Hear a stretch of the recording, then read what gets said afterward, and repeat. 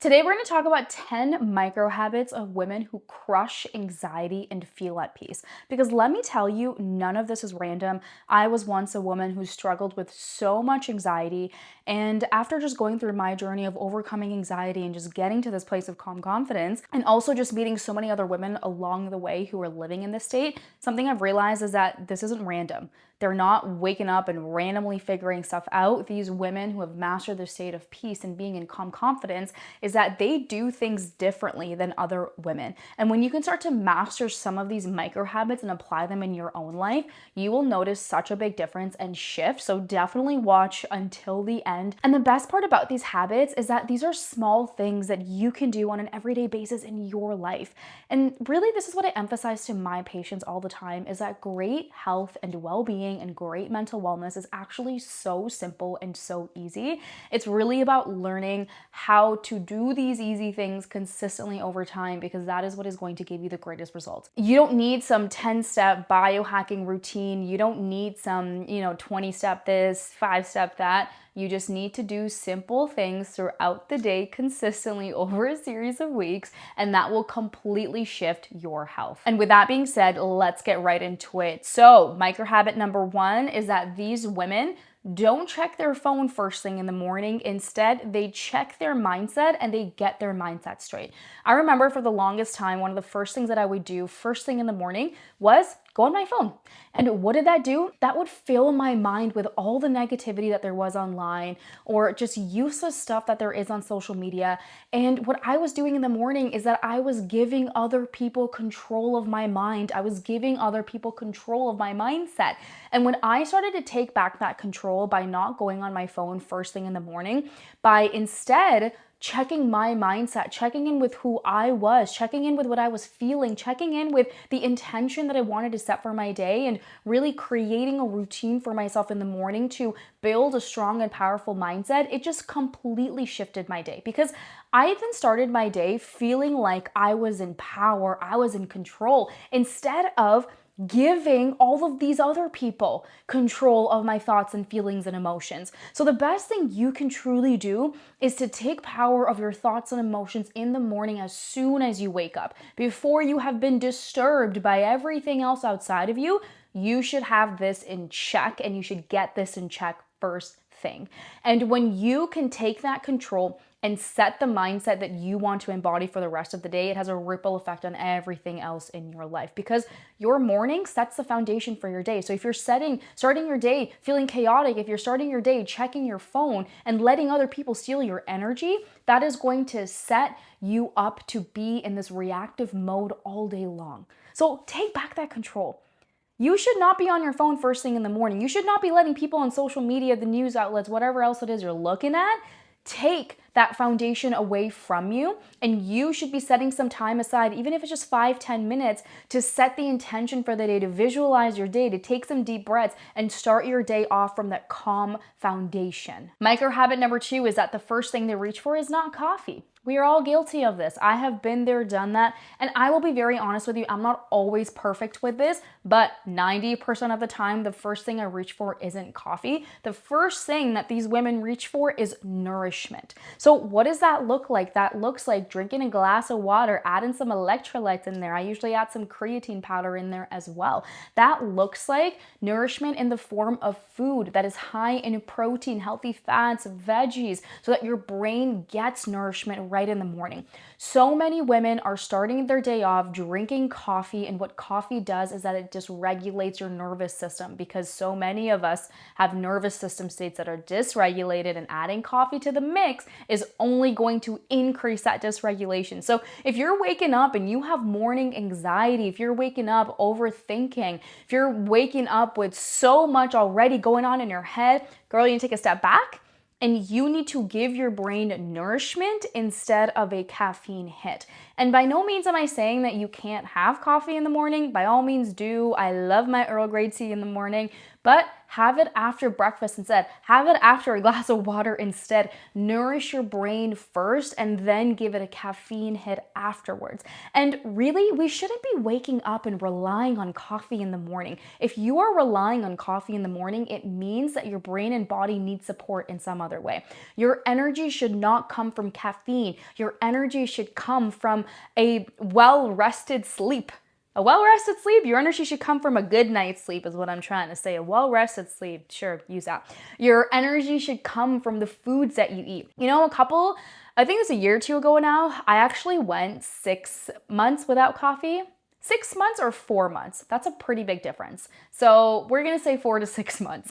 And when I went without coffee for that many months, I was actually so surprised at how much my energy regulated after that, because I was turning to my food now for fuel. And I was actually so much more mindful about the foods that I was eating, because before what I would do, I would be like, oh, it's okay, whatever. I can have a burger in the middle of my day because I'll have a coffee to give me energy after I start to feel slow and sluggish after eating that burger. And when I took that caffeine out and I was just like, I can't rely on caffeine anymore. I have to hone down and make sure the food I eat is really nourishing so I don't feel slow and sluggish afterwards, because I need that energy to keep working and moving through the day. So very important, you don't just rely on coffee. And if this feels like you, I encourage you, book a discovery call with me. Let's chat about your health. Let's get your body back on track, because when your body is on track, oh man, it just unlocks everything for you. Micro habit number 3. Oh boy, this took me so long to master in my life. But before these women say yes, they say, let me check my schedule and get back to you.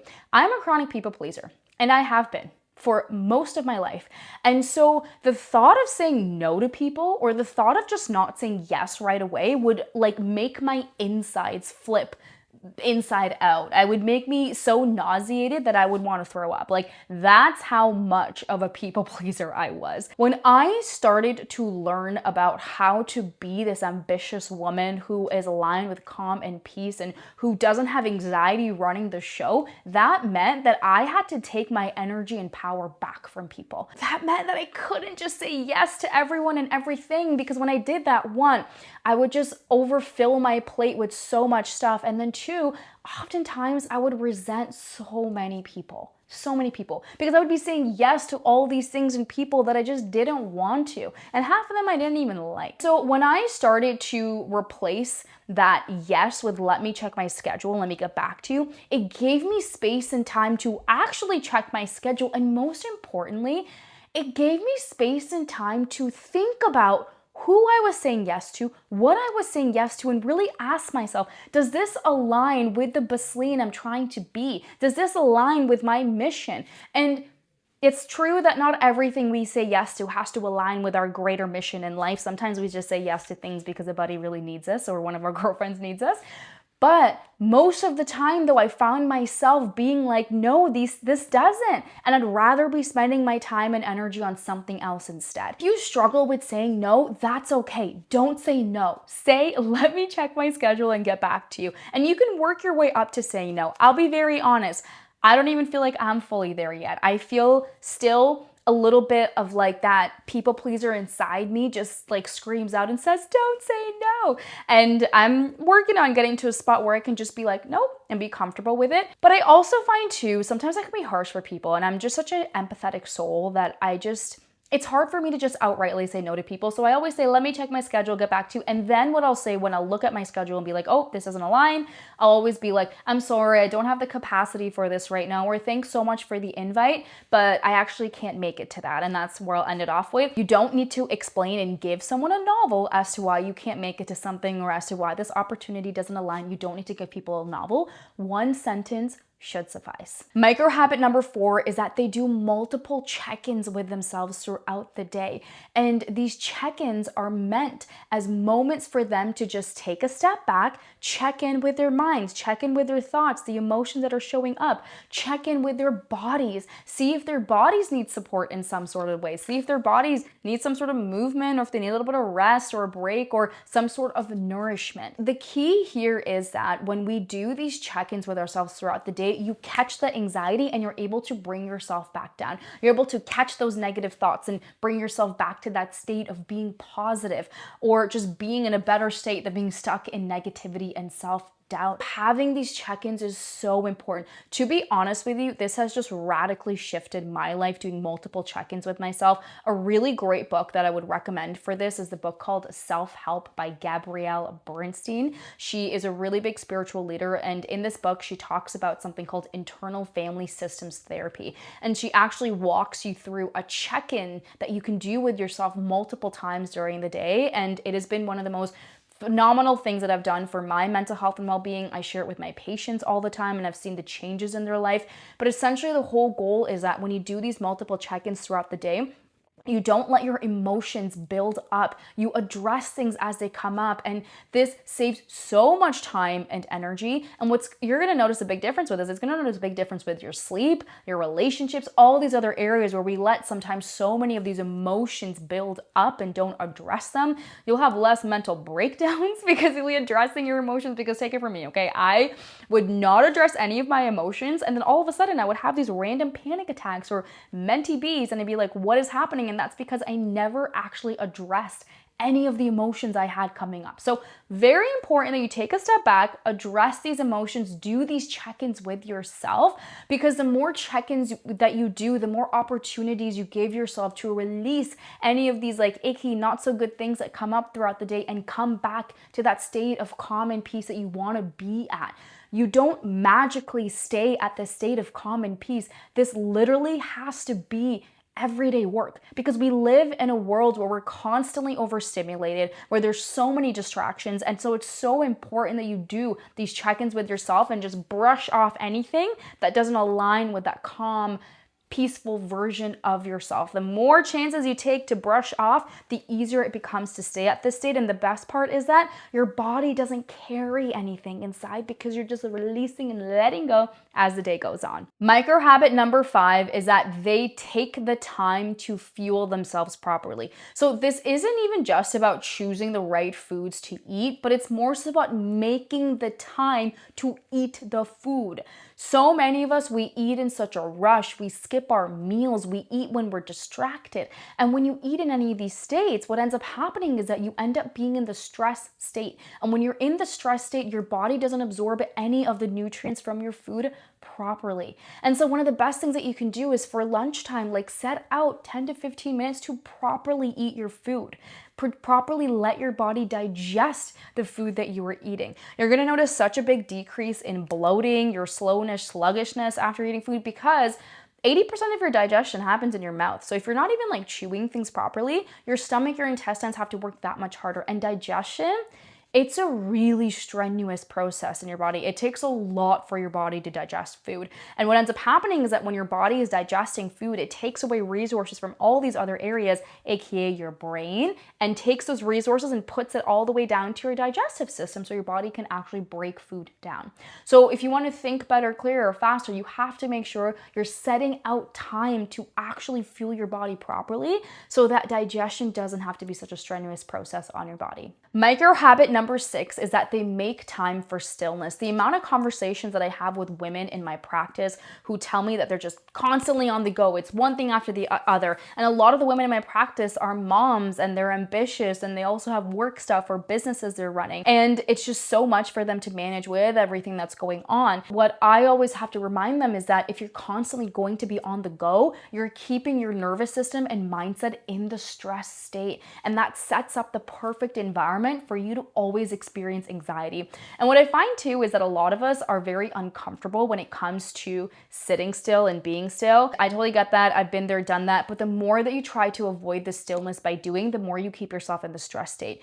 Your brain and body need space and need stillness during the day so that your nervous system that's in the stress state can actually come down. And that's what actually represents a healthy nervous system, is when your nervous system is in a stress state, then it comes down. Stress state comes down. And all day long, that's what's supposed to be happening. You're supposed to be in the stress state, come down, stress state, come down. But what ends up happening with a lot of us is that we're in the stress state, and we stay in the stress state. There's usually no coming down. And it's like, how can you come down from the stress state if you don't give your body and brain space to come down, if you don't give it stillness so that the nervous system state can come down? And when does it usually come down? Before bed, when we're not doing anything. And that's when you're flooded with all these thoughts and you're just like, where are they coming from? And that's because you finally gave your nervous system some stillness to come down. So schedule time for stillness during the day. And so that looks like, if you're driving, don't always play something in the car and drive. I drive in silence all the time, and it's been so beautiful for my nervous system. If you have a break between meetings, instead of going on your phone, just sit and be for 5 minutes. That's space to get your nervous system time to slow down. If you're constantly going to be overstimulated, you're constantly going to be in the stress state, and it's going to be very difficult for you to feel like you can be at peace and at calm. Micro habit number 7 is that they transition well after work by having a post-work ritual that allows them to separate their personal life from their work life. A lot of us, as soon as work is done, we're just like, boom, on to the next thing, on to personal life and the next stuff that we have to do. But if you're trying to be a woman who's aligned with peace, who is aligned with calm, what this means is that you are going to have to make sure that you have things that allow you to transition from one area of the life to other in a very calm way, because a lot of us carry our work stress into our personal life, and then that wreaks havoc on our relationship with our partners, our children, our parents, and whoever else it is that you're spending that personal time with. And so having a post-work ritual looks like going on a walk after work, doing some meditation exercise, just doing something that helps that stressed out nervous system state come down to a state of calm, so that you're not carrying that stress from that work life into your personal life. Micro habit number 8 is that they pause before they respond. This honestly took me years of my life to finally take control of and to really master. And that's because I was constantly in a very, very reactive state. Just me reacting all day long, every day, all day long. And that's because my nervous system was constantly stressed out. And so when I learned how to regulate my nervous system, I learned how to start pausing before I started to respond, because whatever you react to, whatever triggers you, is what controls you. So if you want to have more power and control in your life, you want to be in a state of more peace and calm, that means that you need to start pausing and start asking yourself if this thing is worthy of your energy to respond to. Because let me tell you, a lot of the things that you're automatically responding to during the day do not deserve your energy, do not deserve your attention. It's like how people hand out money to strippers at a strip club. You're just out here going like, give my energy, take my energy, take my energy. Okay, we do not want to be doing that. We don't want to just give everything willy-nilly or energy without thinking about, is this worthy of your energy? Because your energy is your most valuable resource, and you want to be saving your energy for things that truly matter in your life, for things that you feel truly aligned with.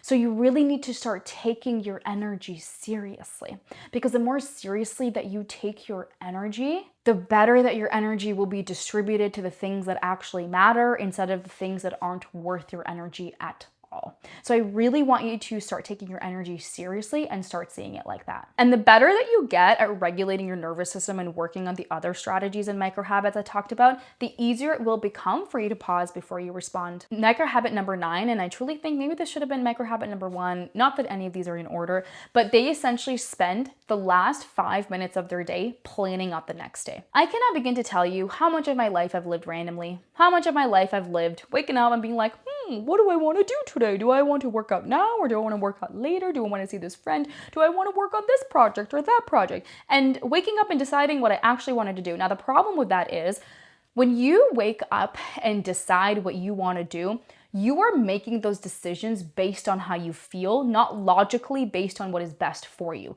Because a lot of us will wake up and be like, what do I feel like doing today? But when you constantly live life based on what you feel like doing, you don't build a powerful, intentional life. You build a mediocre life. You build a life based off of feelings, and feelings are fleeting. So fleeting. Wake up one day and you feel sad. And not about you. Sometimes I go through 20 different emotions in a day. It's just how I am. And I've learned to love that. So I don't live my life based off of my emotions. If you want more calm and control in your life, if you want to step away from being in that anxious state, you need to take back control and stop living your life based on your feelings, and take back that power and control by planning out what you want your day to look like the day before, so that you wake up and you already have a plan of action in place and you know what it is you're actually going to do. This on its own, you practice this level of planning, takes literally only 5 minutes, will change and shift so much. And then of course, you gotta wake up in the morning and make sure you actually go by the plan, okay? You can't just wake up and be like, a snooze, extra hour of sleep. No, you got to follow the plan. Because if you don't follow the plan, you don't have the action steps, you're not going to build the life that you actually want. And then micro habit number 10 is that they do a body scan / check-in before they go to bed, and take this really as an opportunity to release, let go, so that they're not bringing the same CRAP into the next day of their life. Such a simple habit, but makes such a big difference. So many of us right before bed, we're scrolling, we're watching TV. We're so disconnected from our bodies, from our minds, and it's like no wonder we're constantly living in this state of anxiety. When you take a step back to do this body scan, to just check in with yourself, to release and let go whatever you don't want to bring into the next day, it forms such a powerful and strong relationship with yourself and who you are. I truly find this to be such a beautiful and therapeutic exercise to do right before bed. And so there you have it. These are the 10 micro habits of women who crush anxiety and feel at peace. I would encourage you, choose one, consistently do it for a few weeks, choose another one and do it. If you do it like this and slowly master all of these habits, you will become unrecognizable. It's the simple things done consistently over time that help you build the most unstoppable version of yourself. And if you want one-on-one support with this, I would invite you to book a free discovery call with me so that we can talk about what your mind and body optimization plan looks like, so that you can step into your most calm, confident, and unstoppable self.